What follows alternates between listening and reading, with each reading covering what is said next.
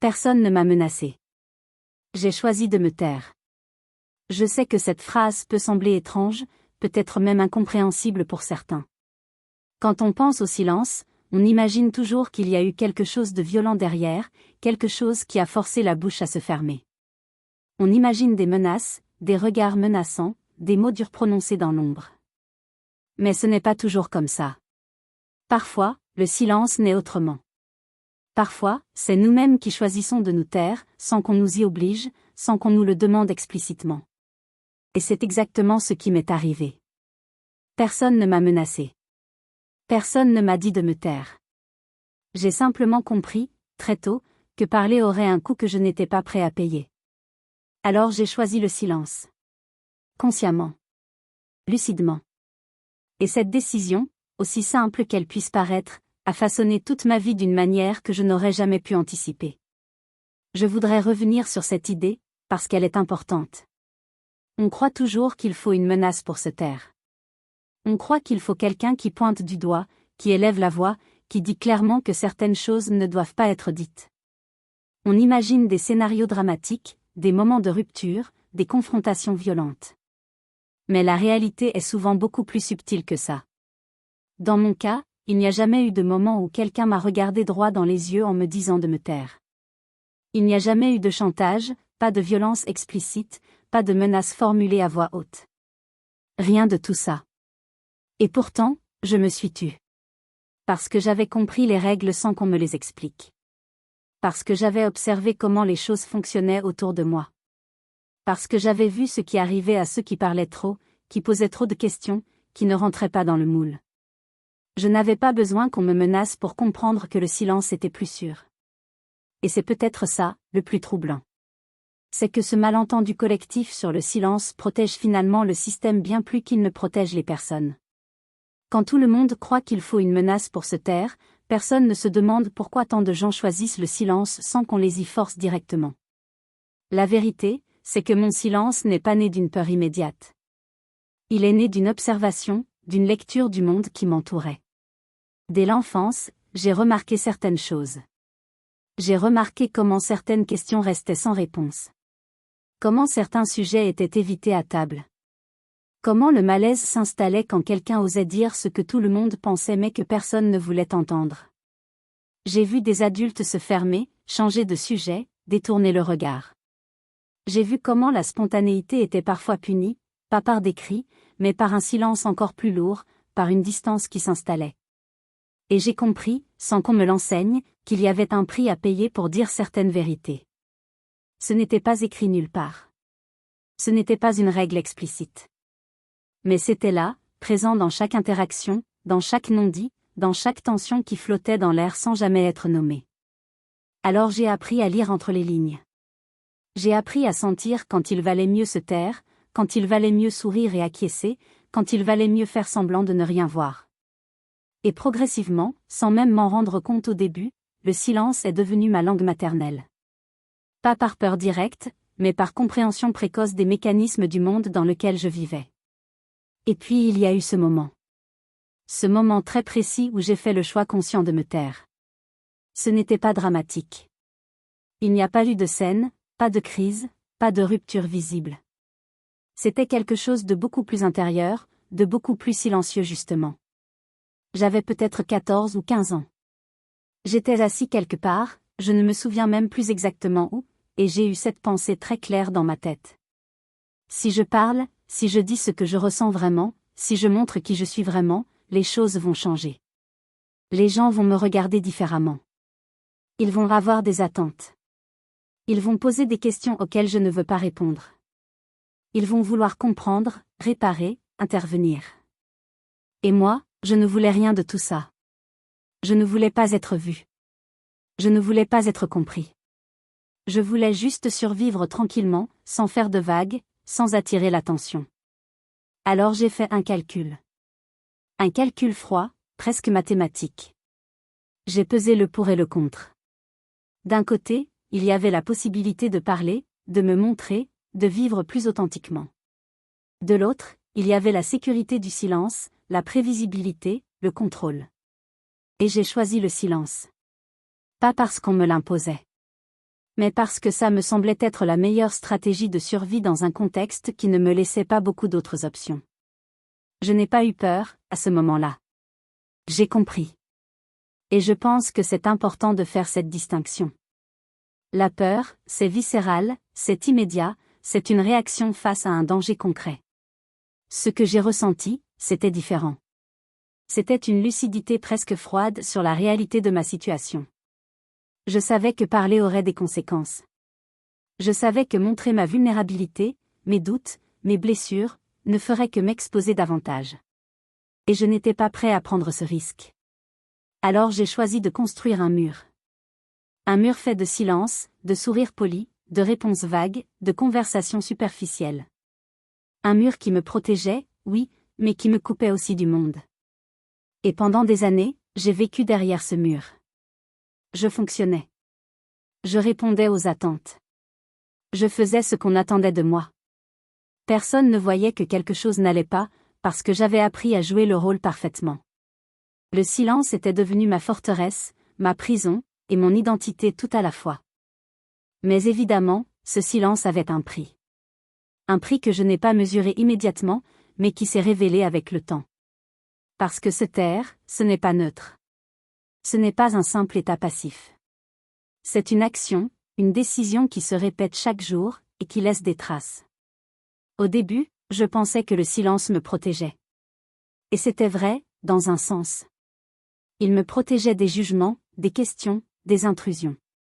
Mais petit à petit, j'ai commencé à réaliser qu'il me coupait aussi de quelque chose d'essentiel. De moi-même, d'abord. Parce qu'à force de taire ce que je ressentais, j'ai fini par ne plus vraiment savoir ce que je ressentais. Les émotions devenaient floues, difficiles à nommer. J'avais appris à les enfouir si profondément qu'elles devenaient presque inaccessibles, même pour moi. Ma propre voix intérieure s'était affaiblie. Je ne savais plus vraiment qui j'étais en dehors de ce rôle que je jouais, en dehors de cette façade que je maintenais. Mon identité s'était construite autour du silence, et je ne savais plus comment exister autrement. Et puis il y avait mon rapport au corps. Parce que le silence, ce n'est pas juste mental. C'est aussi physique. C'est une tension qui s'installe dans la gorge, dans la poitrine, dans les épaules. C'est une façon de respirer plus superficiellement, de retenir son souffle, de se faire petit. Mon corps avait appris à se taire aussi. Il avait appris à ne pas prendre trop de place, à ne pas attirer l'attention, à passer inaperçu. Et cette tension, je la portais partout, tout le temps. Elle était devenue si familière que je ne la remarquais même plus. C'était juste devenu ma façon d'être au monde. Une façon contractée, retenue, toujours sur la défensive. Et ma mémoire aussi en a souffert. Parce que pour se taire efficacement, il faut parfois oublier. Il faut mettre certaines choses de côté, les ranger dans des tiroirs qu'on ne rouvre jamais.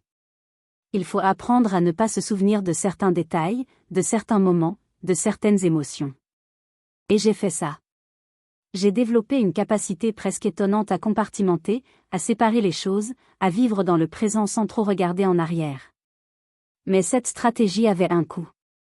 Des pans entiers de mon histoire sont devenus flous, inaccessibles.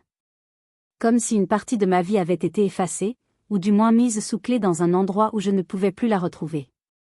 Le silence m'a protégée à court terme, c'est indéniable. Il m'a permis de traverser certaines périodes difficiles sans m'effondrer complètement. Mais à long terme, il m'a érodé. Il a grignoté mon estime de moi, ma capacité à me faire confiance, ma spontanéité. J'étais devenu quelqu'un de parfaitement contrôlé, parfaitement adapté, parfaitement invisible.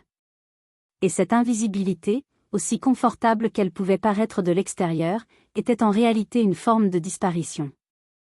Je m'effaçais progressivement, non pas parce qu'on me forçait à le faire, mais parce que j'avais choisi cette voie et que je continuais à la suivre, jour après jour, sans vraiment me demander s'il y avait une autre option. Et c'est peut-être ça, le plus troublant dans toute cette histoire. C'est que personne n'a rien vu. Personne n'a remarqué que je me taisais. Ou plutôt, personne n'a trouvé ça problématique. Parce que mon silence était pratique. Il ne dérangeait personne. Au contraire, il facilitait les choses. Je ne posais pas de questions embarrassantes. Je ne créais pas de conflits. Je ne demandais pas d'attention particulière. Je fonctionnais. J'allais à l'école, j'avais des résultats corrects, je participais aux activités familiales, je répondais quand on me parlait. De l'extérieur, tout allait bien. J'étais un enfant, puis un adolescent, puis un jeune adulte sans problèmes apparents. Et c'est exactement ce qui a permis au silence de durer si longtemps. Parce que le silence qui dérange est visible. Celui qui arrange ne l'est pas. Quand quelqu'un refuse de parler de manière provocante, quand quelqu'un se replie de façon dramatique, ça attire l'attention. On s'inquiète, on intervient, on cherche à comprendre.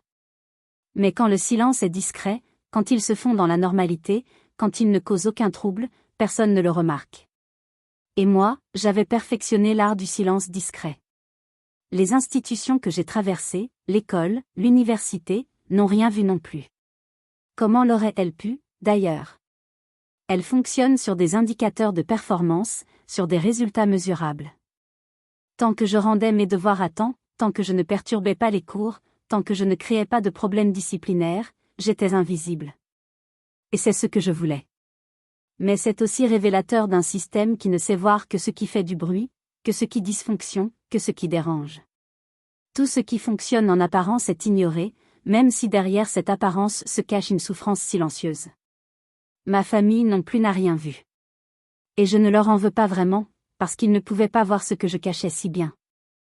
Mais il y a quand même quelque chose de troublant dans le fait que pendant toutes ces années, personne ne se soit demandé si j'allais vraiment bien. Personne n'a creusé au-delà des apparences. Personne n'a cherché à savoir ce qui se passait derrière le sourire poli et les réponses convenues. Parce que j'étais un enfant facile, un adolescent sans histoire, un jeune adulte autonome. Et dans notre société, ça suffit. On ne cherche pas plus loin. On ne se demande pas si cette facilité apparente cache quelque chose de plus profond. Et c'est là qu'on touche à quelque chose de vraiment important. Le silence qui dérange est visible parce qu'il perturbe l'ordre établi. Il pose problème. Il oblige les autres à réagir. Mais le silence qui arrange, celui qui fait que tout se passe bien, celui qui permet aux institutions, aux familles, aux structures sociales de fonctionner sans friction, celui-là passe complètement inaperçu. Et c'est exactement ce que j'ai offert pendant des années. Un silence confortable pour tout le monde sauf pour moi. Un silence qui permettait aux autres de ne pas avoir à se poser de questions, de ne pas avoir à faire d'efforts, de ne pas avoir à regarder ce qui se passait vraiment. Et je l'ai maintenu parce que j'avais compris que c'était ce qu'on attendait de moi. Pas explicitement, encore une fois. Personne ne m'a jamais dit de me taire. Mais tout dans le système me disait que c'était la meilleure option. Alors j'ai continué. Année après année. En pensant que c'était ce qu'il fallait faire. En pensant que c'était comme ça qu'on survivait. Mais il y a eu un moment, beaucoup plus tard, où quelque chose a changé. Ce n'était pas un événement dramatique. Ce n'était pas une révélation soudaine. C'était plus subtil que ça. C'était une accumulation de petites choses, de petits moments où j'ai commencé à réaliser que le silence ne me protégeait plus. Qu'il me faisait plus de mal que de bien. Que ce qui avait été une stratégie de survie était devenu une prison. Je ne sais pas exactement quand ça a commencé. Peut-être quand j'ai commencé à ressentir cette fatigue profonde, cette fatigue qui n'avait rien à voir avec le manque de sommeil mais avec le poids de tout ce que je taisais. Peut-être quand j'ai commencé à réaliser que je passais à côté de ma propre vie, que je vivais comme un spectateur plutôt que comme un acteur. Peut-être quand j'ai compris que cette façade que je maintenais était devenue si lourde que je ne savais plus comment la porter. Ou peut-être quand j'ai simplement mûri assez pour voir les choses avec plus de lucidité, pour comprendre que je méritais mieux que cette existence à moitié vécue, à moitié sentie. Ce qui est sûr, c'est qu'à un moment donné, j'ai cessé de croire que le silence était ma meilleure option. J'ai cessé de croire qu'il me protégeait vraiment. J'ai commencé à voir qu'il me limitait, qu'il m'empêchait de vivre pleinement, qu'il me coupait de connexion authentique avec les autres et avec moi-même. Et cette prise de conscience n'a pas été facile. Parce qu'elle impliquait de reconnaître que j'avais passé des années à me taire pour rien, ou du moins pour des raisons qui n'étaient plus valables. Elle impliquait de faire face à tout ce que j'avais enfoui, à toutes ces émotions que j'avais mises de côté. Elle impliquait de me demander qui j'étais vraiment, en dehors de ce rôle que j'avais joué si longtemps. Et c'était vertigineux. C'était effrayant. Parce que je ne savais pas ce que j'allais trouver. Je ne savais pas si j'allais aimer ce que j'allais découvrir. Je ne savais pas si j'allais être capable de vivre autrement. Mais il y avait aussi quelque chose de libérateur dans cette prise de conscience. Parce que pour la première fois depuis très longtemps, j'avais le sentiment d'avoir le choix. Pas le choix imposé par les circonstances, pas le choix par défaut, mais un vrai choix. Le choix de continuer à me taire ou le choix de commencer à parler. Le choix de rester dans cette zone de confort inconfortable ou le choix de prendre le risque de vivre différemment. Et j'ai compris que même si parler allait être difficile, même si ça allait impliquer de me montrer vulnérable, même si ça allait peut-être changer la façon dont les autres me voyaient, c'était un risque que je devais prendre. Parce que rester silencieux n'était plus supportable. Parce que cette vie à moitié vécue n'était plus suffisante. Parce que je méritais d'exister pleinement, avec ma voix, mes émotions, mes doutes, mes blessures et tout ce qui fait de moi un être humain complet. Et je voudrais être très claire sur quelque chose. Parler maintenant, après toutes ces années de silence, ce n'est pas une forme de vengeance. Ce n'est pas une dénonciation. Ce n'est pas une tentative de faire payer à qui que ce soit le prix de mon silence.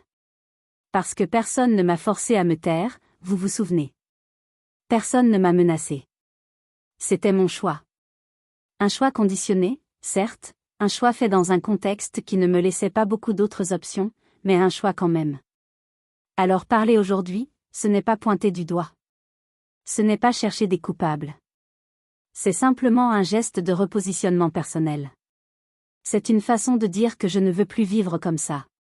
Que je veux reprendre ma voix. Que je veux exister autrement. C'est une façon de me réapproprier mon histoire, ma narration, mon identité. Pendant trop longtemps, j'ai laissé le silence définir qui j'étais. J'ai laissé les non-dits construire mon rapport au monde. J'ai laissé la peur et la prudence guider mes choix. Et maintenant, je veux autre chose. Je parle parce que me taire n'est plus une option.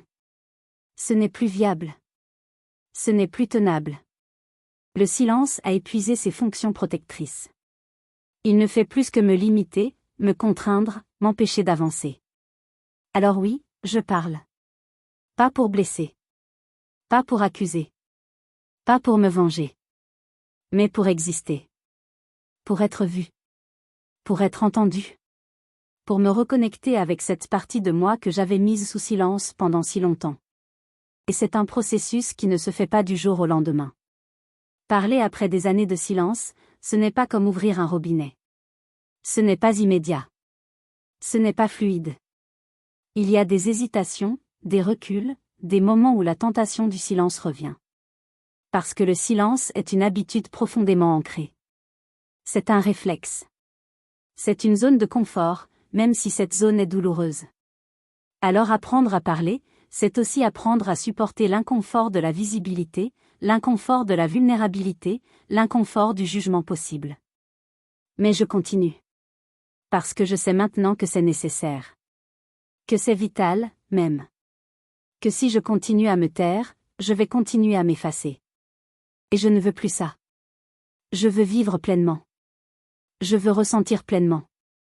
Je veux exister sans ce filtre constant qui tamise tout, qui atténue tout, qui neutralise tout. Je veux retrouver cette spontanéité que j'ai perdue. Cette capacité à dire ce que je pense sans calculer chaque mot. Cette liberté de montrer mes émotions sans avoir peur qu'elles soient utilisées contre moi. Et je sais que ça va prendre du temps. Je sais que je vais faire des erreurs. Je sais que parfois je vais parler trop ou mal ou au mauvais moment. Mais c'est le prix de l'apprentissage. C'est le prix de la liberté retrouvée. Et je suis prêt à le payer. Personne ne m'a menacé. C'est vrai. Mais le silence avait un prix. Un prix que j'ai payé pendant des années sans vraiment m'en rendre compte. Un prix qui s'est manifesté dans ma relation à moi-même, dans ma relation aux autres, dans ma façon d'habiter le monde. Et aujourd'hui, je veux récupérer ce que j'ai perdu. Je veux récupérer ma voix. Je veux récupérer ma capacité à nommer les choses, à dire ce qui ne va pas, à exprimer ce qui me touche. Je veux récupérer mon droit à exister sans me cacher. Et c'est ce que je fais en parlant maintenant. Ce n'est pas facile. Ce n'est pas confortable. Mais c'est nécessaire. Parce que se taire était peut-être un choix à un moment donné. Un choix de survie. Un choix stratégique. Mais rester silencieux toute une vie ne devrait jamais être une obligation.